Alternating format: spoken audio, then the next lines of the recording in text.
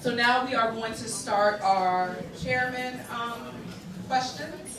I'm going to give a chance for each one to introduce herself because we don't have as many candidates, and we have an additional candidate just wanted out of respect. We did not prepare a name tag for him, but he. Okay. So I remind everyone of the order.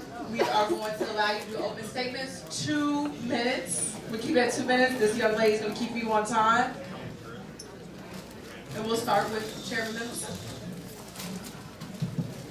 Thank you. Good evening. Can you hear back there? No. Good evening. Thank you all for being here, and I want to thank the organizers of this forum. This is the first forum of the 2018 campaign season for Chairman of the Council.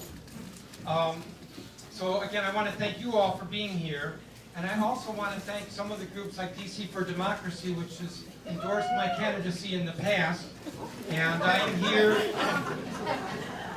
I think it's important that I am here before you because I'm running for re-election, and it's important that I go before all voters and answer your questions and explain my values and my progressive record, which is a progressive record. We can't hear you.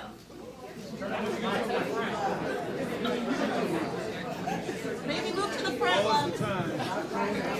He's not a loud person. I apologize if you can't hear me, but do I get to start over with the clock?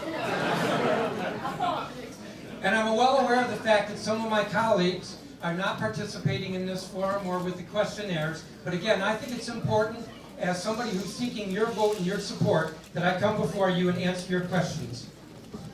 I want you to think of controversial issues that have come before this city over the last decade that you have been proud where the council has been on those issues. Like minimum wage a few years ago, when there hadn't been an increase in the minimum wage in over a decade. I was there, I was behind that. I was the one who worked with Prince George's and Montgomery County so that all three jurisdictions were increasing the minimum wage at the same time. Or with regard to home rule, budget autonomy. I'm the one who pushed that issue. I'm the one who had to sue the mayor and the chief financial officer. Or the elected attorney general, where I put that legislation through. Or even income tax reform, where we're the only jurisdiction in the country where the bottom 20% pay less than the top 1%. That's something I put through the council. Or marriage equality in 2010, where I figured out the strategy to not only get that through the council, but to make sure that Congress didn't overturn it. So I'm standing here proud of my record, and again, I'm here to answer your questions and ask for your support.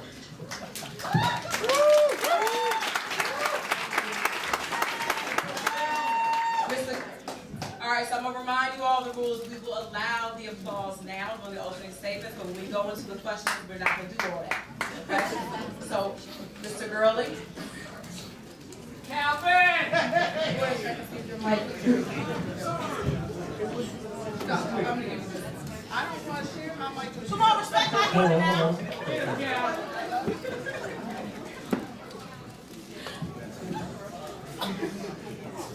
All right, sir. Opening statement. Opening statements. Good evening, good people of D.C. My name is Calvin Gurley. Peace in the house.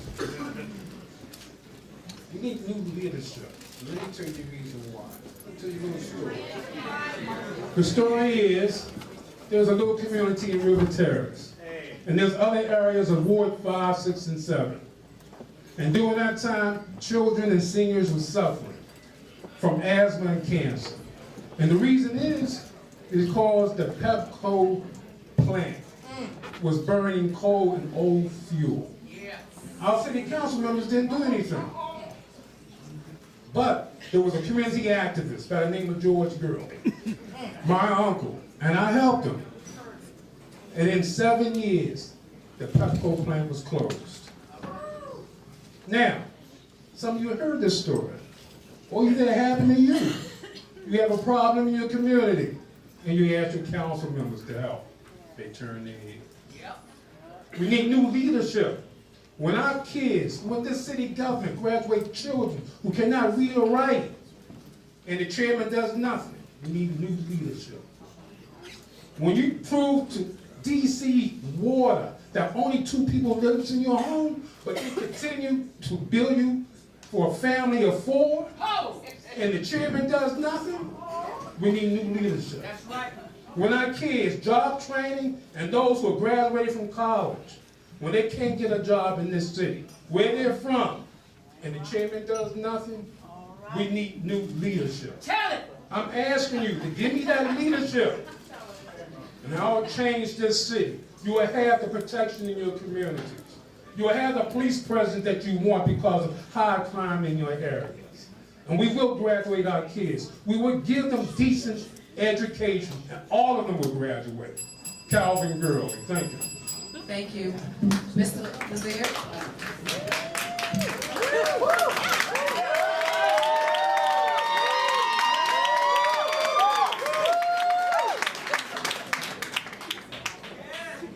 Well, thank you all for being here tonight. So, as many of you know, I have spent the last 20 years as an advocate fighting with allies for things like a higher minimum wage, affordable housing, and paid family leave. And I'm here tonight because I want to fight for hardworking DC families as the chair of the DC Council. And I'm running because we're just not doing enough as a city to address the impacts of gentrification and the loss of affordable housing.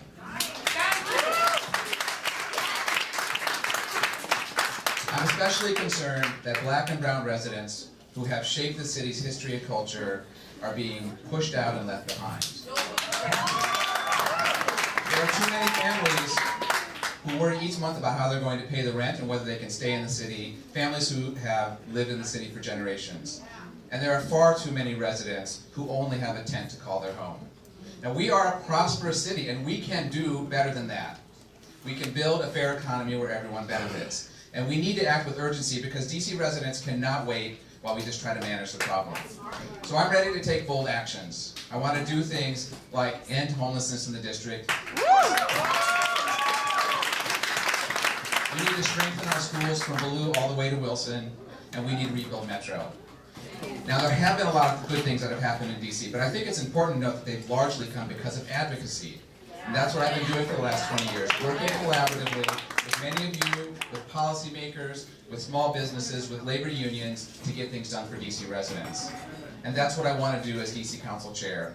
As Chair, I will make sure that we are doubling our investment in affordable housing, that we fully fund our plan to make homelessness rare, brief, and non-recurring.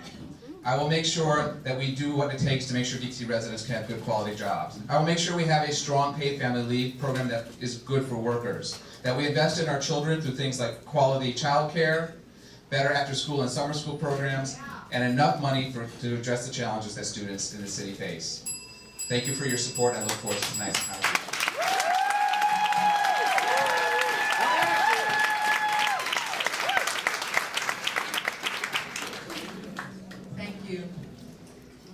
So we'll start with the first question with Ms. Lazere. Through the district, can you guys all hear me? Though the district has experienced economic growth over the past 20 years, we know that the growth has been predominantly benefit white district residents, or new district residents, as over 40,000 Black residents have been economically displaced to neighboring jurisdictions. The policies driving this economic growth have favored gentrification and mass development while reinforcing economic, social, and racial inequality. As an elected official representing the entire city, how will you begin to truly address these massive inequalities and start changing the tides of displacement? Thank you. I would like to say, I feel like I've already been working on those things. When you look at the numbers, they are stark and they are depressing, and it's the outcomes that we need to be focused on. So the fact that the median Black household has an income of just $40,000 in this incredibly expensive city, while the median white household has an income of $120,000. And the median wealth, median net worth of Black families is $3,500 compared to $284,000 for white families. So when we think about the ability to buy a home or start a business, all of these great opportunities that are happening in the city, folks are just shut out of that.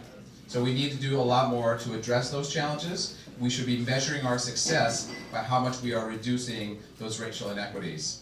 That means investing more in affordable housing. As I said, I want to double our investment in affordable housing, and that should include improvement and investments in our home ownership programs and making sure that they are reaching all families. We should use the city's tremendous surplus that we have been building up for almost a decade, which is $2.4 billion. We could use that to help residents who don't have access to resources to help start their own businesses, including Black residents. That was a good question. I served on the Mayor's Blue Ribbon Commission of Housing. What we need, and it goes back years, we need a strong rent control policy in this city. Not only that, we need to keep most landlords adhering to the first right of refusal before they try to do condo conversions. A lot of those policies are being walked on by landlords. Additionally, what we need is affordable housing. We need public housing. And public housing is not a dirty word. Public housing means our graduates coming out of college who are debt down with student loans. Their entry-level salary, $30,000 or $40,000. They can't even afford a studio or efficiency in this city at $2,300 a month. Those are the changes that we need to address. And the council had not. So we need to change this council. Thank you. Thank you. The question really is about affordability.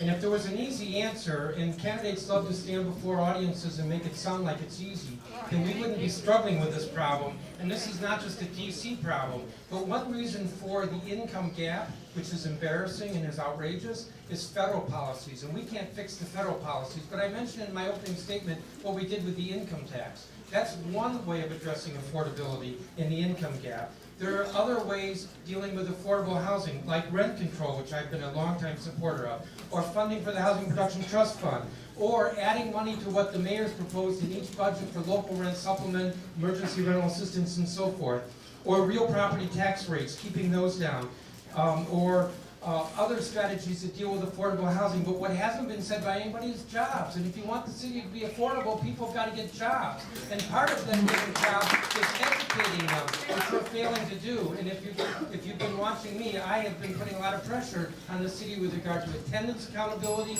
as well as the scandal of Baloo. Thank you. Chairman Mendelson, I'm going to allow you, speaking housing and the federal crisis, to respond to the next question first. Public housing is an important form of affordable housing, which is at risk due to ongoing federal disinvestment and redevelopment that have failed to create replacement units, causing displacements of residents. How do you propose to solve the problem of preserving, improving, and expanding badly needed public housing? And do you support providing funding in the DC budget to make up the federal underfunding of public housing? I do support the adding local funding, and that's what we've done. And when I referred before to local rent supplement, that is local assistance to what otherwise used to be federal housing assistance. But I'm going to throw something out here because this is something that really disturbs me. We talk about putting more money into Housing Production Trust Fund, putting more money into other strategies like dealing with homelessness. But I don't hear enough discussion, and we need much more from the outside, from the advocacy community, pressing the government on spending that money wisely. So yesterday we had a hearing on the annual financial report for last year, and one of the things that was revealed is that the Housing Production Trust Fund has gone from a bad debt of about $60 million to $500 million in 4 years. $500 million that would be available for affordable housing. But we're not spending that money well. And there needs to be more attention to that, which is something that I've tried to do as chair of the council. And I will use a few. I won't use it. Good, you're good at this. I have to differ with Phil. The federal government has nothing to do with local or DC money or how we spend it. We have budget autonomy here. So the point is, we need to understand, please, all right? I disagree with Phil. You don't have to disagree when you get the mic, so I have no problem with you speaking. But right now, the Housing Production Trust Fund is not moving. And that's an oversight responsibility of the chairman and the council. All these particular problems we're having, our council and our chairman fell as far as oversight. These problems are not new. We have a committee chair for each, housing, education, and there's no reports from the council. The situation happening in Blue shouldn't have happened. The chairman needs to make a whole, a party of a whole for the education committee. That education crisis in the city is too large for David Grosso to do it alone. Thank you. Mr. Lazere? So we should make a high priority for preserving our public housing. It is the source of housing that is guaranteed to always be there for our residents who need the most help, who can, no matter what they can afford to pay in rent. And we should be investing local dollars because the federal government has been tragically underfunding investments in public housing. And we need to make sure that when we're redeveloping it, we keep it as protected housing for the folks who need it the most. Because when we redevelop public housing, we often move tenants out, families out, and they're out for a long time, and then they can't come back in. And they're often precluded from coming back in by things like a credit check. You were behind on your rent when you left, or things like that. We should say that if you were in public housing when the redevelopment started, you should be able to get back in when the redevelopment is finished.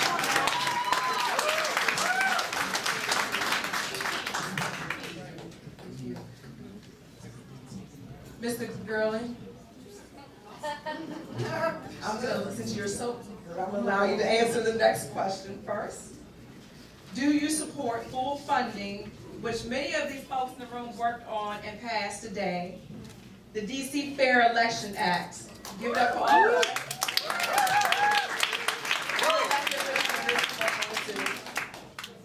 Will you provide public matching funds for small contributions for DC residents to qualify candidates if fair elections, which it has passed? Will you use the system in future elections? Yes, yes, and yes. This is no discussion. This particular gift will help everyone and bring fairness to the election process. But in addition to that, we need to attach term limits to that particular bill. Thank you very much. Thank you. Mr. Lazere? So I'm really proud that I was a supporter of Fair Elections Act, and I'm really excited that it passed today, and it would be a top priority to make sure that it is fully funded before the 2020 election cycle. The Fair Elections Act is at a small cost, is a tremendous increase in our democracy in the district, in allowing more people to run for office than otherwise would, and making sure that everybody in this room and everybody in the city feels like they have a stake in the election, that their contribution will matter and will not be outdone by large corporate donations. It's important to note I'm not taking any corporate donations in this campaign, and I'm not taking any tax contributions. And when the Fair Elections Act is funded and I'm elected in the next cycle, I will fully operate under public financing.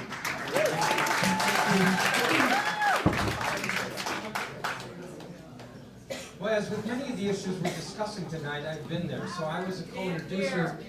As with many of the issues we're discussing tonight, I've been there. I was a co-introducer of this legislation, and of course I supported it. I really want to thank Charles Allen for his leadership, because while it looked easy going through the council, yes, Ward 6, while it looked easy going through the council, it's really because of the work that Charles did. But I want to, and I look forward to using this 4 years from now, and I look forward as well to getting it funded, if not this year, but I'm hoping we can get it funded, start getting it funded this year. Actually, I do intend to get it funded this year in the financial plan, so that it's fully operational, absolutely. Just as with, for example, universal paid leave, when that went through and there was a $40 million unfunded portion to that, and people were concerned, yes, we got it funded, of course we got it funded. A point I want to make, because I think I have a little bit of time left, is that this is more, the race for chairman is about more than just issues. It's also about leadership. It's about the ability to get at least 7 votes, if not a veto-proof majority, to get votes through. And that's something that we need to talk about.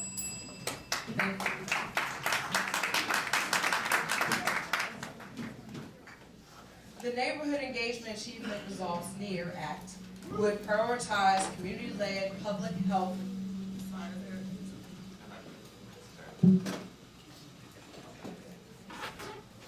Start over. The Neighborhood Engagement Achievement Results, the NEAR Act, would prioritize community-led, public health-focused approach to public safety, rather than further militarize of the police.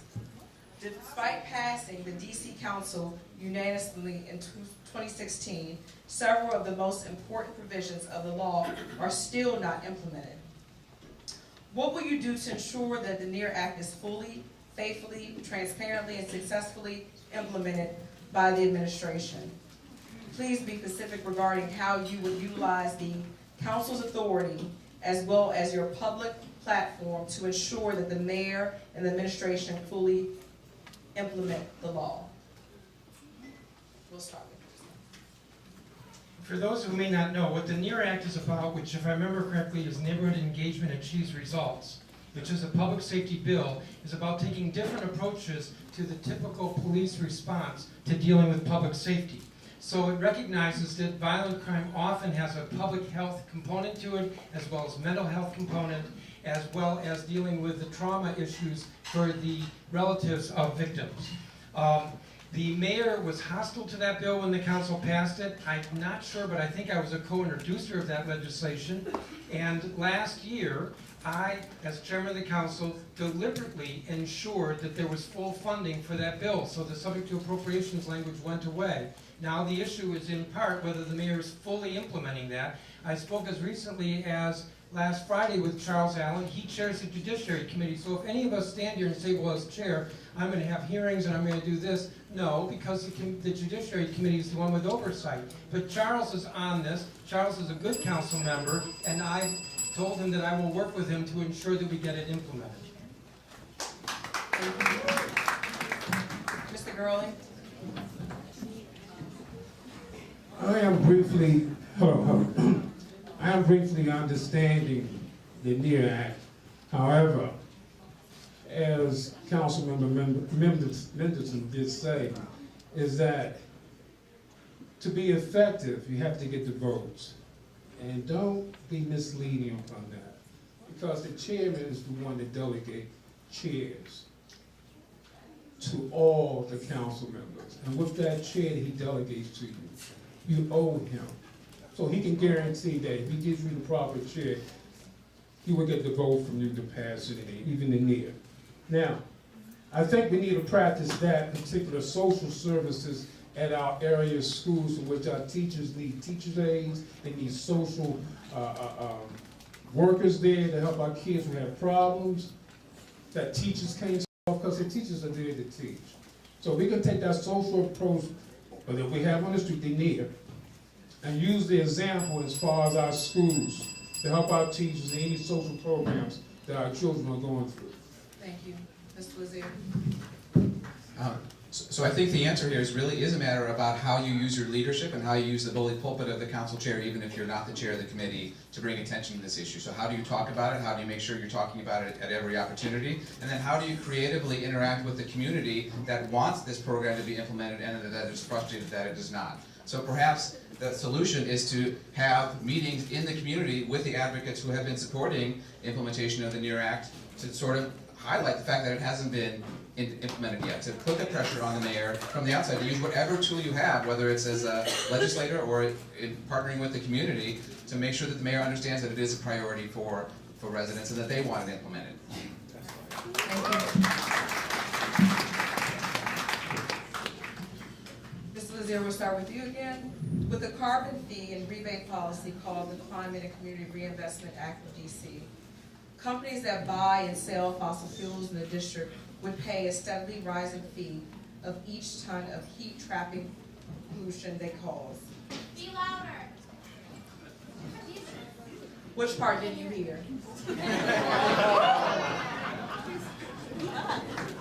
Companies that buy and sell fossil fuels in the district would pay a steadily rising fee on each ton of heat trapping pollution they cause. The majority of the money raised would be returned through a regular frequent rebate to every DC resident, with an additional support to low-income district residents. Will you support the 2018 introduction and passage of the Climate and Community Reinvestment Act? Well, I have been a strong supporter of the Carbon Rebate Act. It is a shame that as a country we are not paying attention to the climate change and that we're not doing something about it. And so communities like the district need to stand up and take a leadership to show that we can, if not at the national level, we'll just do it city by city. The beauty of this program is that it not only will reduce the city's carbon footprint and help bring us towards 100% renewable energy, but it also will do it in an equitable way, because the rebates that would come through this program would offset the cost to low-income families and in fact boost the income of our lowest income families. So it's a perfect example of how we can accomplish mutual goals of improving our environment and addressing our future, but also reducing income inequality in the district.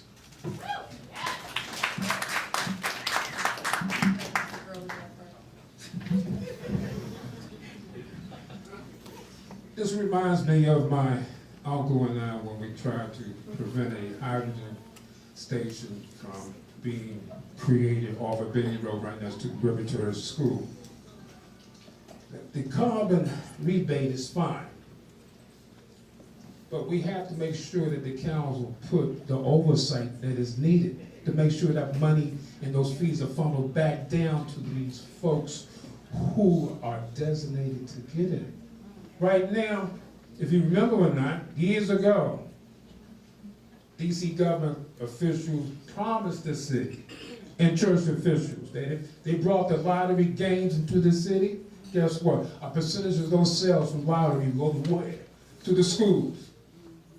Anthony Williams came in, city council didn't say anything. He took all those funds and he goes straight to the what? The general fund. So we gotta be careful of this collection, because the council has a good practice of sticking their hands in monies and taking it. We know about the housing production All right, fund. we're going to pass this on over to Chairman Mendelson. Thank you. Thank you. I do look forward to the legislation getting introduced in the council, but I have not seen the legislation, I have not seen the details, and I dare say that most folks in this room have not seen the details, and that's where it gets a little tricky. So it was mentioned that there would be rebates to residents. I don't know how much there will be rebates, but where I think that that fee needs to go, because the concept is that there will be a disincentive for using carbon fuels. You'll pay more because the generator will pay more, and I think that's a good thing. But I think that paying more ought to be reinvested into more energy conservation in the district. The goal here is to reduce the consumption of carbon-based fuels. That's the goal, and we shouldn't just simply rely on one tax and then be handing that out as rebates, and I don't know exactly what that means. I haven't seen it. We should be putting more of that into energy conservation. I want to say that I have a track record on this. You know, anybody who knows anything about this kind of issue, the Renewable Portfolio Standard, which is what we have, was authored by me. Why did you raise the Renewable Energy Development Fund? I'm the one asking the questions, right?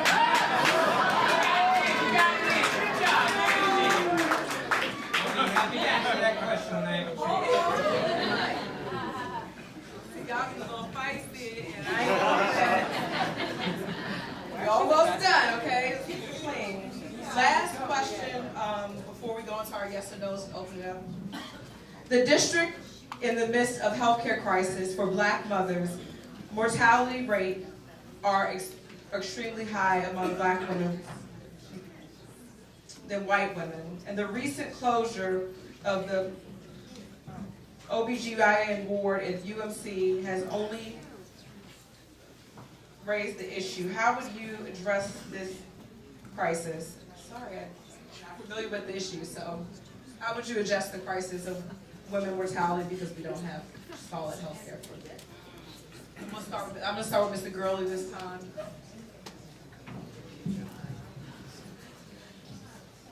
Years ago, I did hear about DC had one of the highest mortality rates in the country here. It should have been addressed a long time ago. I think it was a failure of Anthony Williams and his council not doing anything as far as closing DC General Hospital. And right now, we need to invest money. And right now, we need to be more attentive to our youth, and we need to deal with early childhood pregnancy. And we also need to bring back in the schools those programs and educate our kids so they can have their minds otherwise on just education and not get diverted in their attempt to find a decent, common living in the city. Thank you very much. Mrs. Lazere.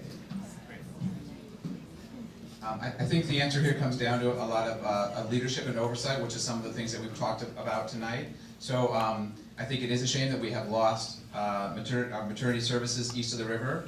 I think it's a shame for anyone who voted to renew the Veritas contract to manage United Medical Center. I would not have voted to support that. I think we need a long-term plan to support United Medical Center. It is a hospital with mostly patients who are in Medicare and Medicaid, and that's hard to survive. And we cannot just turn it over to another contractor and say, hey, manage this and make it work. We need a plan for the city to support that in a meaningful, ongoing way. We also need oversight to invest in the city's home visiting programs for pregnant moms and for families with young children. Those programs will work.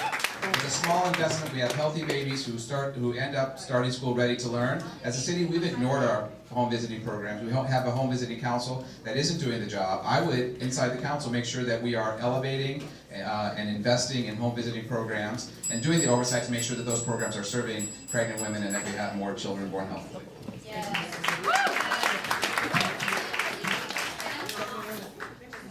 Well, the issue is about the fact that we have bad health indicators in our city. And we've known that for a while, and we have not done enough to change that. One of our strategies has been to increase access to health care. And we've done that through the DC Healthcare Alliance. We've done that by being all in with the DC Healthcare Link, through the Affordable Care Act, which I've been supportive of. We've done that by trying to invest and get the United Medical Center Hospital east of the river back on its feet financially. So we've looked at ways of expanding access, but there is this problem as well that too many of our residents just don't understand that primary health care is important, and we've got to change that thinking. And I don't know that there's an easy solution to it, but that is the challenge, certainly through more public education. It's a strategy that we have to pursue in a number of different ways to get people to recognize that they've got to do more with primary health care. Thank you. Thank you. So we are going now. I'm going to ask two questions that are simply yes or no before we go to the audience questions. So the first question, and I'll let Mr. Lazere respond to this one, is and remind you yes or no. The last panel had a little problem with the yes or no. So I'll follow the rules. all right. Short-term rentals companies like Airbnb have grown exceptionally in the last few years. In order to protect our neighborhoods and communities from commercial operators who convert valuable housing into de facto hotels, Councilmember Kenny McDuffie introduced the Short-Term Rental Regulations of Affordable Housing Protection Act of 2017. That's a mouthful. The bill will limit short-term rental to primary residents, remove incentives to operate commercially by putting a cap on the amount of days a host can rent their home while not present, and hold hosting platforms accountable. Will you vote to support the passage of this legislation? That's a really long question for a yes or no answer. But the answer is yes.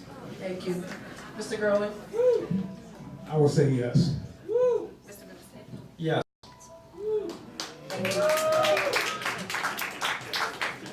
Next question, yes or no? Do you support B22-100?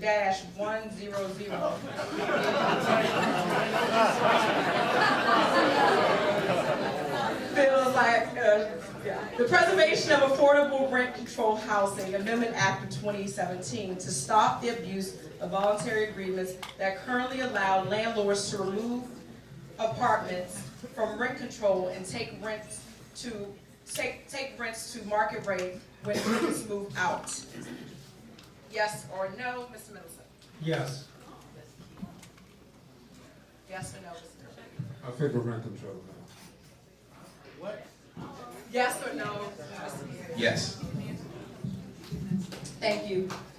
So now we are going to open up for audience questions. And I'm going to give the audience, your rules are also keep your questions short and precise so our candidates can spend time actually answering them. I'm going to start in the back because I started in the front first. This gentleman right here. I should wear my glasses. Yes.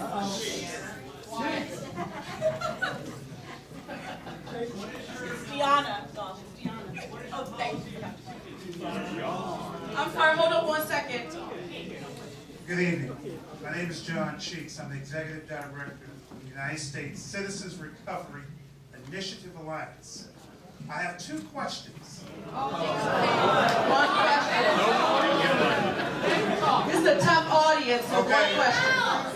Okay, let me say good evening and happy Black American History.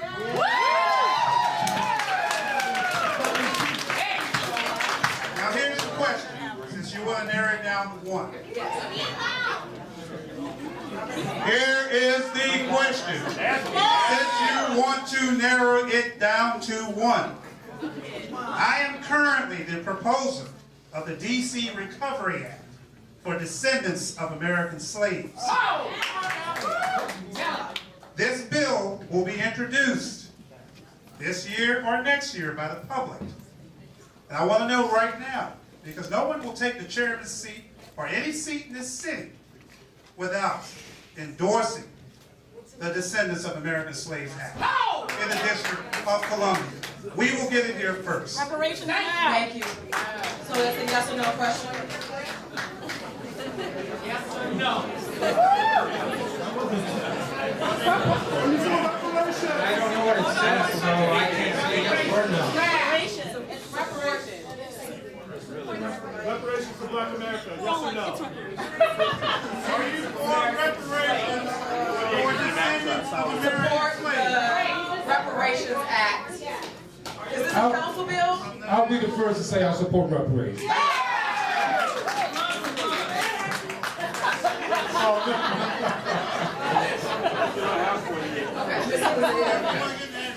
So I don't know what's in the bill as well, but I do know, and we all know that that Black Americans have been denied the opportunity to build wealth, to build assets through housing discrimination and education discrimination and job discrimination. Yes, racism, and it's obviously ongoing. So I don't exactly know what's in the bill, but we as a city should be consciously taking steps to counter the impact of that racism and reducing inequities, however that is. Do you support? I want you to say yes or no. You gave yes or no.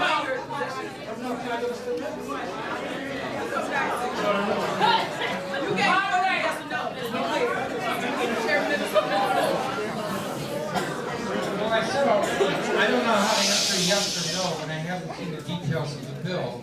I do agree that the economic disparities are a product of racism that goes back for centuries, and that's an inequity that we have to continue to deal with. But not knowing what's in the bill, I'm not going to sit here and say, yes, I support it. Your office has a copy. Thank you. Your office has a copy. We delivered Hold a on copy. 1 second. We're going to respect everyone that is here and allow everyone to ask questions, allow everyone to respond. But can I add to that? To my yes?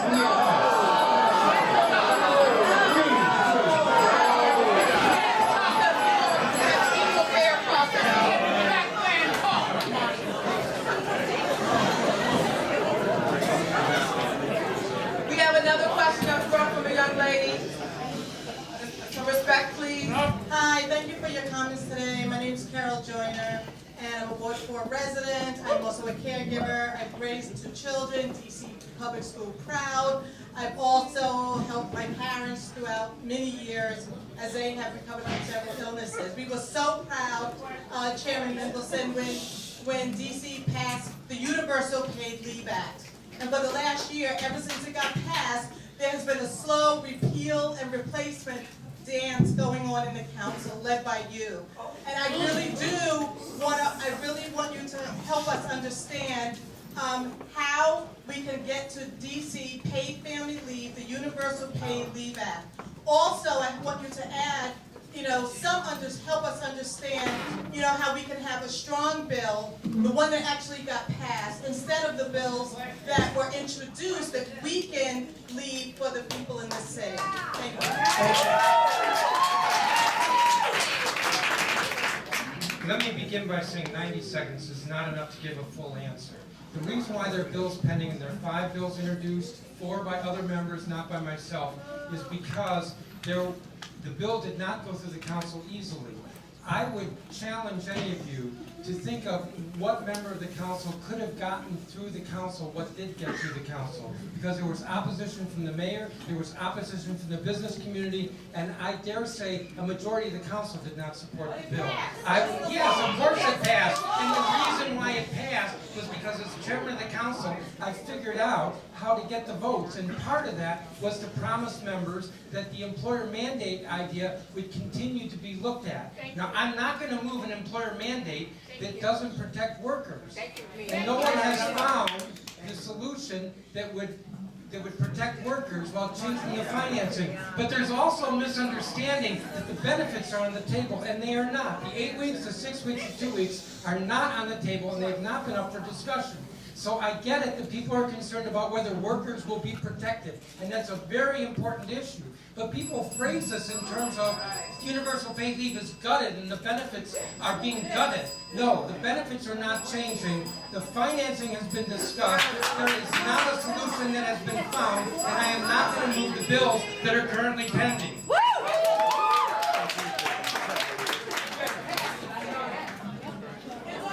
Mr. Gurley, do you want to respond to that? I support it. I do support the universal pay leave, the family leave. But our council is here failing in their leadership. They're failing in their oversight. I remember that the residents here, we passed the Marijuana Act. The council sat on it. The first time we had elections for our Attorney General, we passed that, and the council sat on it. Right now, we need the funding in the council whenever we pass things whenever we pass any legislation in the council. The CFO is supposed to give us an impact statement. And with that should be enough to say, go ahead with the funding. This is a $13 billion city, annual. And we gotta have accountability of that money. And it's a shame to pass a law with no funding. Thank you. Thank you, Mr. Lazere. I think it's a shame that hardworking families are waiting for paid family leave in the District of Columbia. This needs to stop. The Universal Paid Leave Act is intended to make sure that people have time to take off without having to worry about their finances, to be with an ill relative or with a new baby, and that's incredibly important. The law that passed in 2016 with advocacy support was a model law that is good for workers, simple for businesses, and easy for the city to administer. All of the alternatives, the employer mandate, there is no employer mandate that is good for workers. It's simply not possible. The employer mandate is worse for workers. We had a hearing in October that confirmed that what was passed in December 2016 was the best law that was confirmed by experts on both sides of the political spectrum. We know what works, we know what the right law is, it's what passed in December 2016. We need to implement the laws passed and stop considering repeal and replace bills.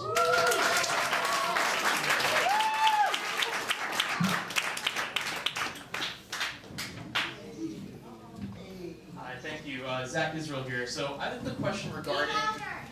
I have a question regarding the Amazon bid and the fact that DC is in the top 20 areas of America that are going to be considered for this. The agreement right now is shrouded in secrecy, and the Bowser administration, I think there's a non-disclosure agreement that they signed, so we don't know what the details are. But my question for all three of you is, how many billions of tax breaks should the District of Columbia give to a company like Amazon And if we do pursue this, should we partner up with Montgomery County and Northern Virginia so that we don't get screwed as a city with all the billions of tax benefits that we might give to Amazon?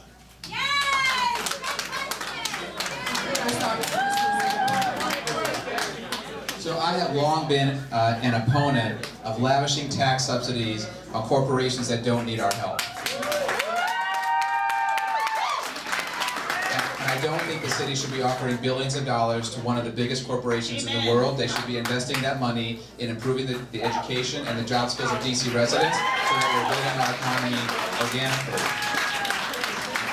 And I would not say we need to bother partnering with Maryland and Virginia because we would still be competing with all the other jurisdictions. We still would end up giving up the store. It's better to build our economy organically from inside rather than billions of dollars that aren't going to be good for DC residents.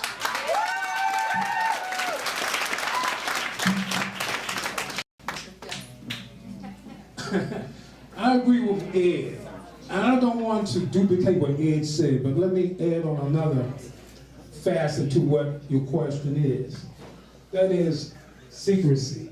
Meetings and secrecy. And if you're familiar with a young lady named Tracy Hughes, she was at DC Office of Open Government. They released her. The mayor did.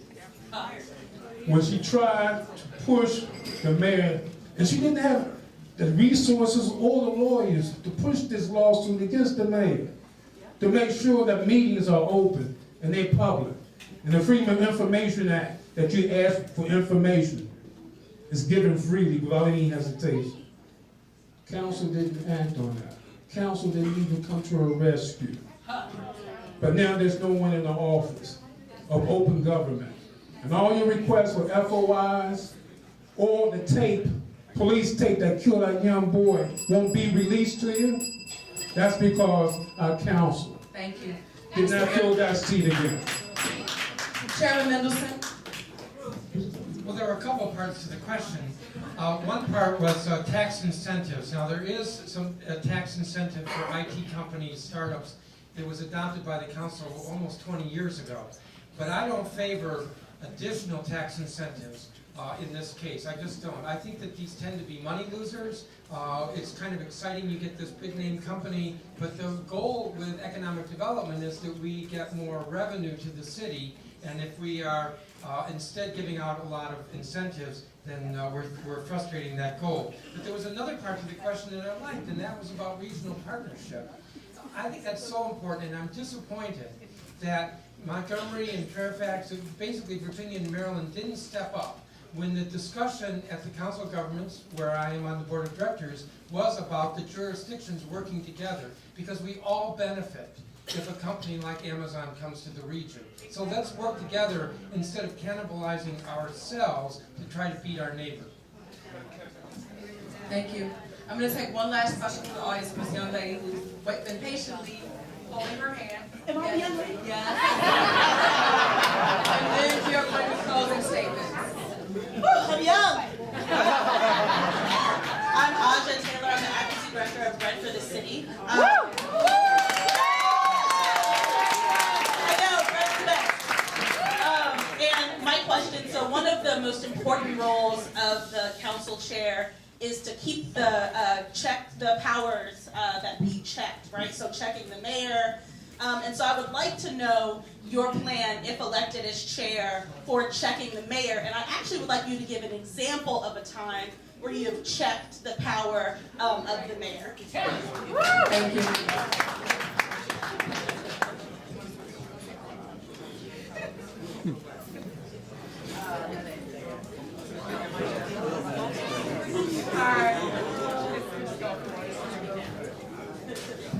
The question was checking the mayor. This really gets at what I've touched on before, which is that this isn't just about electing a council member who shares your values. It's about electing the chairman of the council who can figure out how to manage the council, manage 12 colleagues, get the majority votes, do a checks and balances with the mayor. So you want an example or two. I'll start with the homeless shelters. Let me remind you, a couple of years ago, when the mayor proposed, and there was some good stuff about this, about having smaller shelters around the city, not in one neighborhood, but around the city. But if I remember correctly, 4 or 5 of those were all leased properties, and they were really expensive to the city. And I've checked the mayor on that. I worked with colleagues, I got a majority. In fact, the vote was unanimous, which makes it look easy, but trust me, it wasn't. Because we had to come up with the funding as well, and we blocked what the mayor proposed, while at the same time advancing the idea that there would be, I think it's in 7 of the 8 wards, right, Amber? There would be small, okay, 6 of the 8 wards, there would be these shelters. That's an example of checks and balances.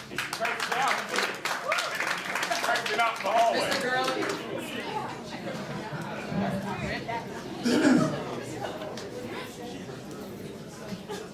All right, y'all, come on now. Let me first tell you that our chairman and our council are not exercising their full power of the council.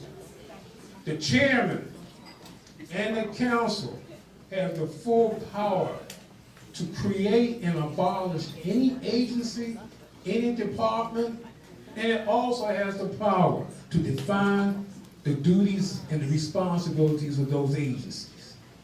For example, the police department. We have an increasing of crime in your community. All these police meetings, nothing happened. Well, the council can have the police chief now report to them. We have problems in different parts of our city. Crime, education. Haven't you heard Alice Rivlin and the control board? Some of you are here. Yeah. The council can establish a control board for the educational system. So the increase of funds that go to that school, that should be earmarked, the control board can make sure that the central office spends it the way it's supposed to be spent. Thank you, Mr. Lazere. So I'd like to give you an example of how my advocacy has in fact helped check the power of the mayor, and it relates to our victory this year, making the district the first place in the country to reverse its time limit on cash assistance for low-income families with children. So 6 years ago, the mayor and council passed a law that put a time limit that cut families off when they hit a time limit, regardless of their circumstances, whether they were experiencing domestic violence or whether they were homeless, with no chance to ever get back on. And it wasn't clear that we were ever going to resolve that problem from the inside, from the mayor or council. The leadership came from the outside, where we as advocates designed a proposal to protect families. We brought it to a friendly council member who introduced it, and by putting our gold standard method, or our gold standard for protecting families and making sure that they had the resources to take care of their children regardless of their circumstances, we made it hard for anybody, the mayor or the rest of the council, to cut families off. And they didn't cut any family off. So as a result, instead of 10,000 children being pushed deeper into poverty this year, which would have happened, there are 10,000 children whose families are going to be guaranteed to have the resources to take care of their children.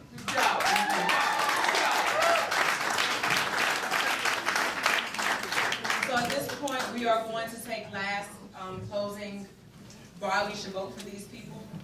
It's fine, man. I wish there was some women up here.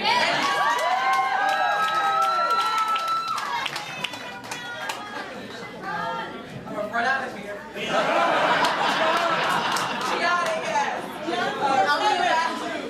I'm gonna allow Chairman Mendelson to open us up. I'm moderating this.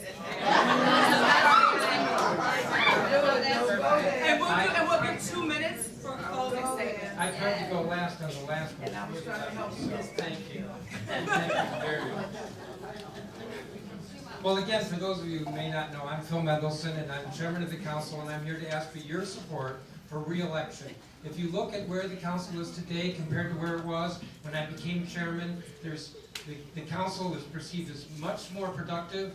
We've passed a lot of significant progressive legislation. So we can sit here at this forum and talk about who's more progressive than the other. But the fact is, and I think you've all said this, is that the district is a pretty progressive place. And as I said in my opening statement, there are some bills that you can look to, that you have looked to with pride. And those are bills that I not only supported, but I was able to get through the council in spite of enormous controversy. Like marriage equality, which is probably the bill I'm most proud of, which In 2000, I think it was 2010, I think there were 6 other states that had adopted that. It was not easy to get that through with the black churches opposed, with Congress clearly opposed, and how are we going to get that and not have it vetoed? But there are issues here that have not been discussed, and that's kind of troubling to me. There should be more discussion about public education. My daughter's in DCPS. I'm a proud public school parent, but I'm angry at what's been going on, not just with attendance, which is a serious problem, but with the social promotion that devalues my daughter's diploma, as well as cheats a lot of good kids out of a meaningful education. And there's been very little discussion about jobs. And most of the places I go to in this city, that's what people talk about. What are you going to do for jobs? And, you know, Alyssa Silverman put it best when she said at one of our hearings, she said, you know, if you want to give DC residents jobs, you got to educate them. And that's where we're failing them. So we spend a lot of money in DOES on job training, and we're not getting value for what we're spending. It pisses me off when I hear people talk about how we need to spend more money. Let's put more money into something. This was something I referred to earlier with the Housing Production Trust Fund. It went from $57 million in bad debt to $505 million in bad debt in the Housing Production Trust Fund in 4 years. I'm a leader. I have a record. I ask for your support.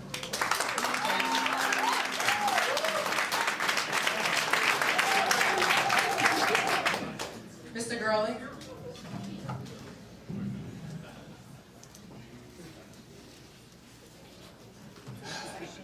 I enjoyed this evening. I hope you did too. First, I want to ask, how many ANC commissioners are here? Can you raise your hand? How many civic association leaders here?